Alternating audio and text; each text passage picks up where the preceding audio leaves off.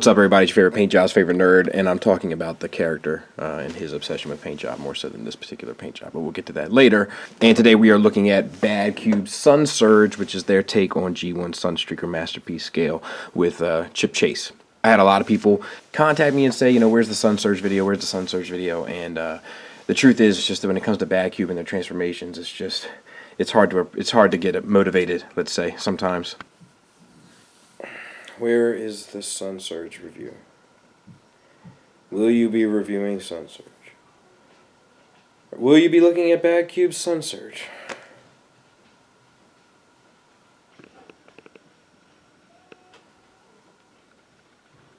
You're not going to take it easy on me, are you? Untab these back pieces. Same on the other side.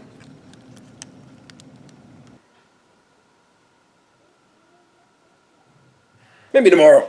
So we got this fella. We'll talk about him first in terms of accessories. The sculpt isn't really there. It's obvious that their experience is with robots and not humans, because this doesn't much look like Chip Chase, other than the fact that it is a human and it has clothes that somewhat resemble what Chip Chase wore. The wheelchair, on the other hand, is okay. It seems to be like a single cast. It's a pliable plastic. We got silver paint on there and gray paint. There's more paint on this than there are on most Bad Cube products. And then same kind of with here. Everything here is on a swivel. No, is there a head? Is there a neck swivel? I don't think so. Maybe. Yep, sure is. So that's interesting. Swivel at the shoulders, swivel at the hips, and then swivel both ways at the knees. No wonder this poor fella can't walk. Look how knock-kneed he is. But he has his leather jacket and all that kind of stuff.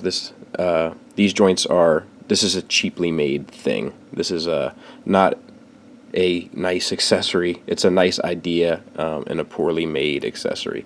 So just get in the habit and in the idea and in the expectation of sitting him in his little chair and sitting him on your shelf and being done. Other accessories include, but are not limited to, these chrome replacement bits.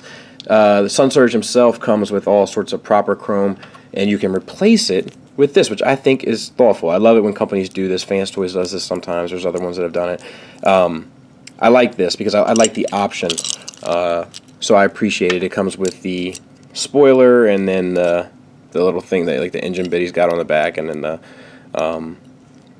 the wheels and replacement screws and different head sculpt, which is a much more kind of plain head sculpt, and then a small third-party screwdriver. You know I collect these. Here, drop into my third-party screwdriver bin.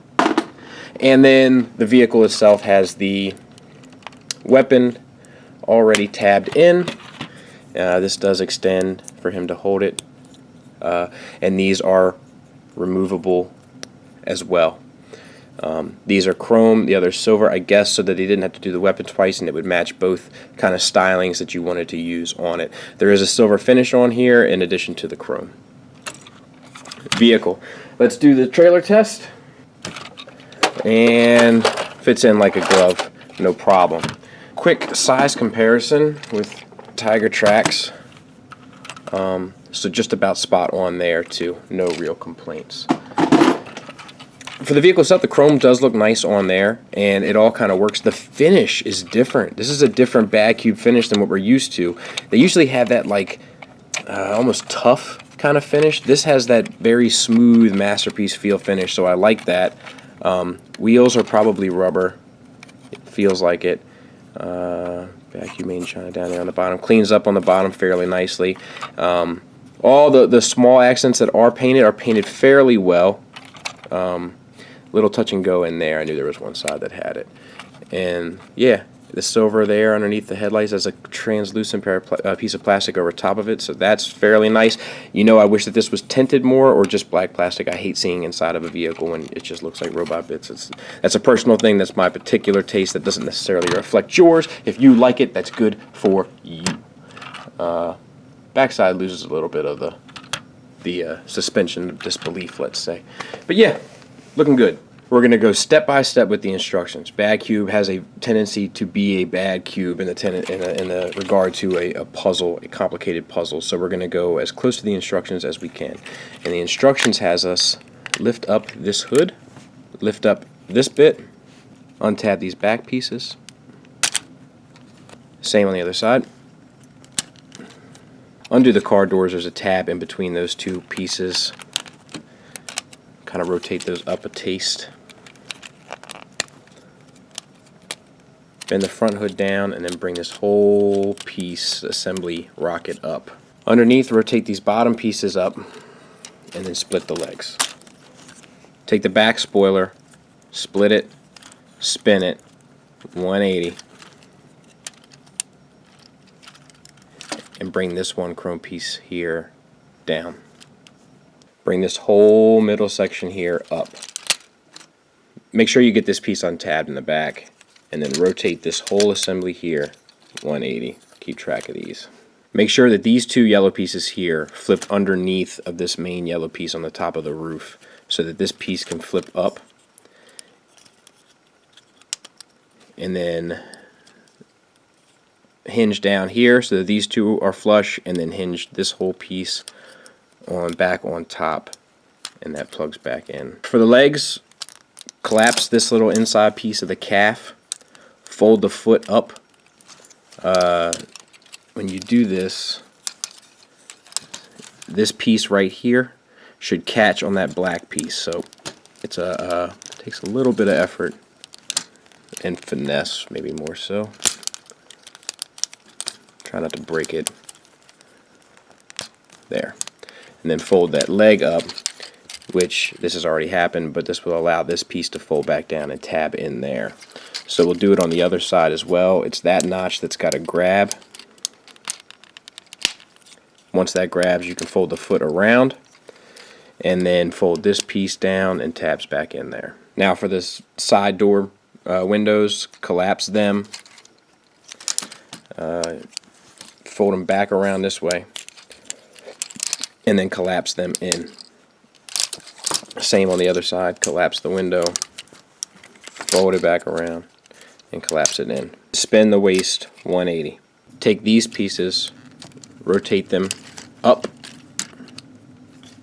and then where the tire is, that whole piece comes up again.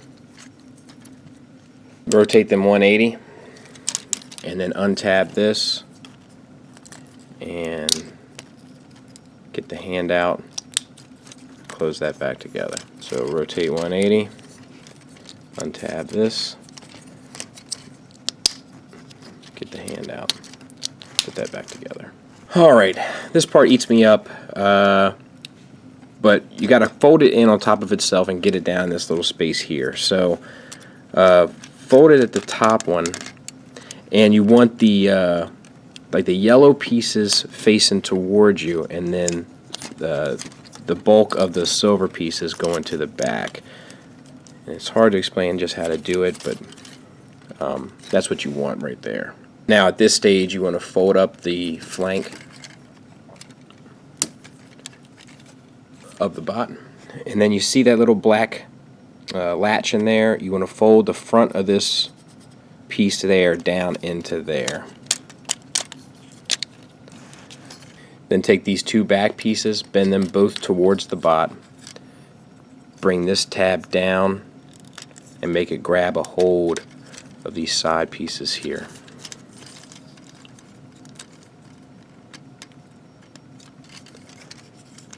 And that should solidify all of that.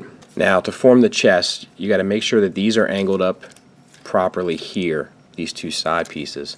Split this. Make sure that this is they're on double hinges here and they're kind of tight. So make sure that they're as far out as they can go so that this all lines up as close as possible. Now there's two tabs here and there's two ports there, and the same on the corresponding shoulder. So that's what you want to kind of line up.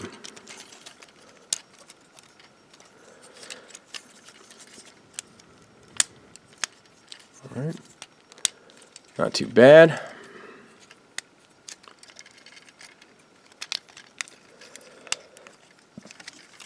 flip these bits up here.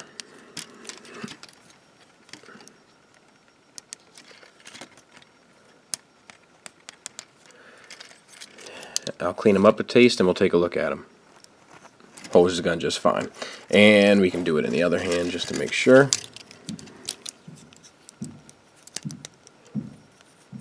Just fine. Let's get that out of the way so that we can move on. Head, a little loose. Not the best there. What is smart is the hinge is at the base, like the base of the head to the neck. So this is hollow out in the back there, which doesn't bother me, and it allows you to get the hinge, so you get all the way up. Unfortunately, you don't get much down, but you do get a little bit. Overall, I think it's pretty clever, to be quite honest with you. Right. Paint. The yellow paint is okay. It does need a second coat desperately up in the ears, because that's yellow over black, which is, as any painter, customizer, etc. knows, is the worst possible scenario to have to paint. The eyes are painted well, the face is finished well, so all that looks good. Shoulders, you get the hinge here at the torso, which is on a soft ratchet. The ratchet is sturdy enough though where it wants to unplug the top part of the torso, which is a little bit cumbersome. And they come out to a ball peg that gets you everything a ball peg can get you. Bicep swivel, once again the yellow over black. I feel like it's done a lot better here than it is on the inside of the ears. That's just me. Double jointed elbow on a soft ratchet works fine. Wrist swivel and knuckles on a single pin at the base knuckle for a hinge. That's all fine as well. Same on the other side. Waist swivel's intact. You do have this faux windshield here. I know faux windshields and stuff bother some people. It doesn't bother me at all. I actually think it's quite clever, and I think it's smart because you can get the blue versus the black. I think that that's kind of a smart idea overall. I commend them. Autobot label on there, and I think you're going to be good to go.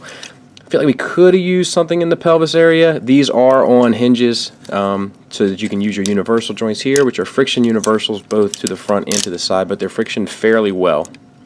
Thigh swivel's built into the universal, so that's fine, not a lick of paint on the thighs. You got a double jointed knee on two very different types of ratchets. I will say that the ratchet in the lower knee, which is the one that I think most people are going to use, doesn't feel as good or as sturdy as the ratchet in the upper knee, which is maybe a little too sturdy. There's not a they're not the best. They're fine, but they're not the best.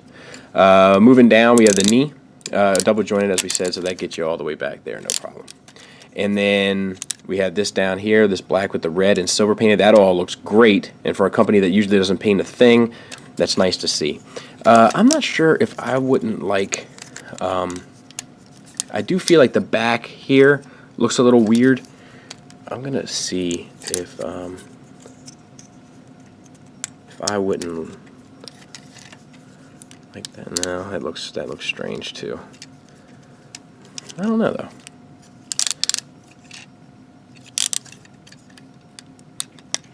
I don't know. Something to think about. That option's available to you. This backpack, it's busy, but it does clean up fairly well. It's an eyesore because it's a lot of like tabs, and it looks very like transformy. You know, like these are all things that have to tab in somewhere else when you do what you're supposed to do with it. Blah blah blah.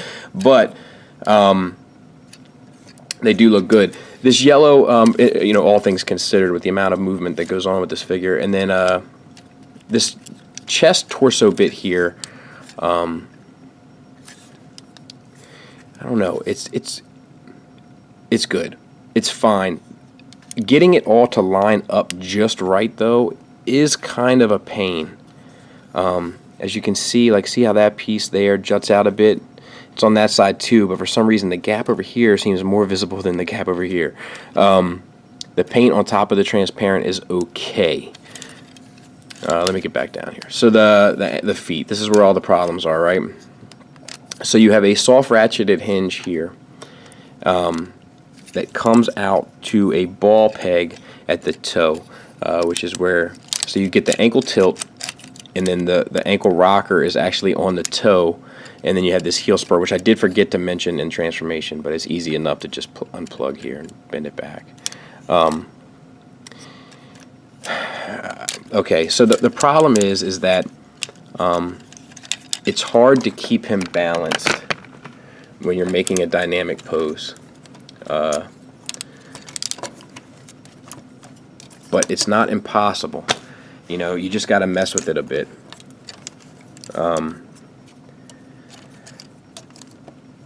But it's not optimal, right? But it's definitely there. It just ain't pretty all the time. And I think overall, it doesn't, I don't hate it. It's not, like, you can tell when you're messing with it that it's not exactly what you want it to be, in terms of the feet. Like, you're like, man, this doesn't do exactly what I want it to do when I want it to do it. But it is possible to get it. It just takes a little bit more finesse. It takes a little bit more effort. But overall, that's him. And I gotta say, pretty good. Size comparisons, there he is with a Takara Masterpiece, Sphinx from MMC, and then their mini-bot, Brawn. I think he looks pretty good. Let's get down to, like, talking about how he fits in with your Masterpiece collection, because I feel like, you know, that's what most people are worried about, and I feel like it's these two that where the main objective comes down to it. I might use this face. It has a little bit more personality than this face, but I will say the more I look at it, it's not a clear facial expression. Like, I think people have the tendency to criticize Fanstoys as being too expressive. Like, the features are too defined, they're too sharp, whereas this is a little too dull. It's kind of hard to see exactly what's going on. But size comparison wise, these guys, like, you know, I think they look pretty good together. You know, the backpacks, like, neither one of them are great, and neither one of them are bad. I feel like the bulk is proportioned better on him, but I also feel like SunStreaker isn't a bulky bot, though. And to be the same size kind of vehicle, I have to admit, I'm pretty impressed with how they did this, and I think it represents the Masterpiece line pretty well. They feel right together. I've been hearing people complain or state that this guy feels a little light in terms of BadCube products. And holding him in my hand, I know what they're saying, but at the same time, it doesn't feel light for a Masterpiece product.